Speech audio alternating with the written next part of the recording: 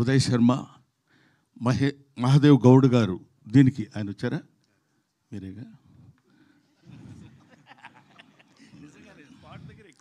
ఇప్పుడు డబ్బులు ఇచ్చారనుకోండి, మీరు అంత మరీ వినయంగా ఎందుకు సార్ ఉంటాం మనం. I wish all the best Nara. నేను అక్కడ ఒకసారి చూశాను, మళ్ళీ నేను ఆ తర్వాత ఇప్పుడే చూడటం, అందువల్ల గుర్తుపట్టలేకపోయాను, ఏమనుకోవద్దు. I wish you all the best. సహకుటుంబానాం సినిమా చాలా చాలా చాలా బాగుంటుందని నేను మనస్ఫూర్తిగా ఎందుకు కోరుకుంటున్నానంటే, ఇప్పుడు చెప్తున్నాను, ఇందులో నా క్యారెక్టర్ చాలా విచిత్రమైన క్యారెక్టర్. 12 గంటలకి అన్నాం అనుకోండి, 12 to 1 గంట వరకు సంతోషంగా ఉంటా, 1 గంట నుంచి 2 గంటల వరకు కోపంగా ఉంటా. అదేంటో మరి అది విచిత్రంగా కంపోజ్ చేశాడు ఆ క్యారెక్టర్. ఆ టైంలో ఎవరైనా వచ్చినప్పుడు వాడు ఏ వార్త తెచ్చినా సరే నా మూడ్ని బట్టి నేను మాట్లాడతాను. భోజనం చేశారండి అన్నాడు అనుకోండి, కోపంగా ఉన్నాను అనుకో, భోజనం చేయకపోతే గడ్డి తింటావా, ఏం మాట్లాడుతున్నావా నువ్వు అంట. అది మంచి మాట కదా సార్ అనే దాని మీద ఒక అద్భుతమైనటువంటి క్యారెక్టర్ ప్లే చేసి నాకు అది వినిపించి పడేశారు నన్ను. నేను అక్కడ పడిపోయా.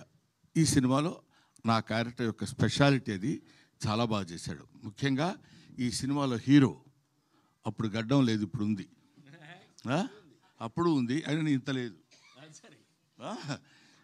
ఈయన ఈ కుర్రాడు బేసిక్గా డాన్సర్, ఫాదర్ కూడా డాన్సర్.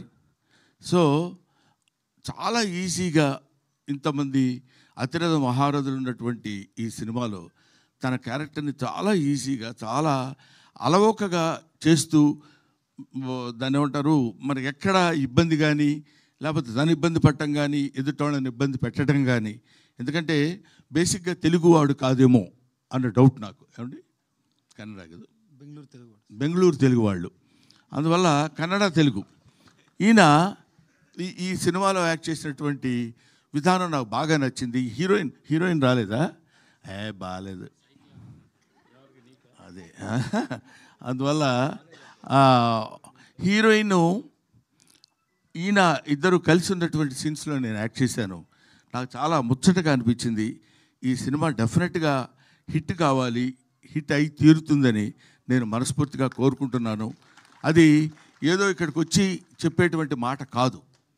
చాలామందికి మామూలుగా ఏదో ఒక ఫంక్షన్కి వెళ్ళినప్పుడు ఈ ఫంక్షన్ చాలా సూపర్ హిట్ అవుతుందండి, అందువల్ల నేను ఇలా కావాలని కోరుకుంటున్నాను.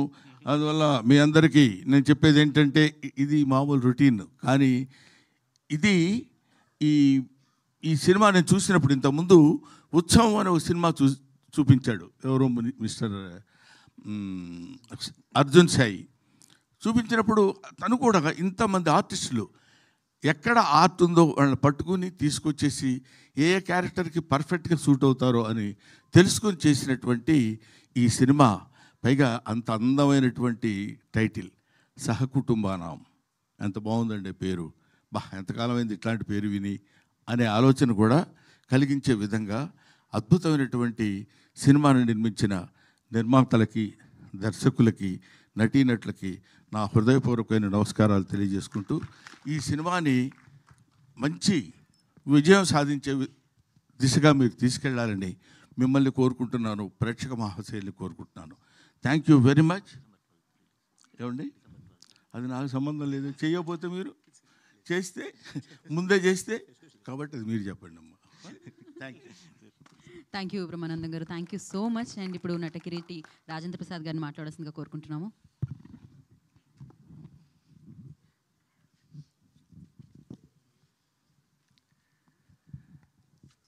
సభా సరస్వతికి నమస్కారం. నా ప్రాణానికి ప్రాణమైన తెలుగు ప్రేక్షక దేవుళ్ళందరికీ నమస్కరిస్తూ, సహకుటుంబానాం